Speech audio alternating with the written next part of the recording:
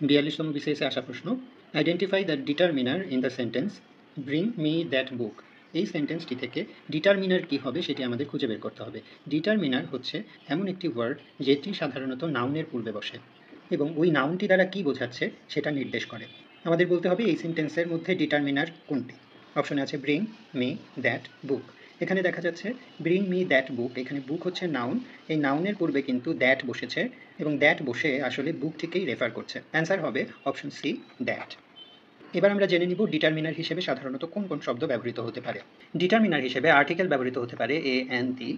Determiner হিসেবে ডেমনস্ট্রেটিভস use হতে পারে যেমন this, that, this, those. Possessive use করা যেতে পারে my, your, his, her.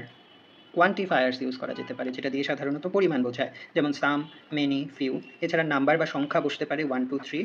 Distributive pronoun determiner হিসেবে বসতে পারে, উদাহরণ হচ্ছে আইদার, নেইদার, বোথ। এছাড়া ইন্টারোগেটিভস বসতে পারে ডিটারমিনার হিসেবে যেমন হোয়াট, হুইচ, হুজ। এই প্রত্যেকটি শব্দই যখন নাউনের আগে বসে নাউনকে নির্দেশ করবে বা নাউন কী অর্থ প্রকাশ করছে তার অর্থ ক্ল্যারিফাই করবে, তখন এগুলো সবগুলোই কিন্তু ডিটারমিনার হিসেবে কাজ করবে।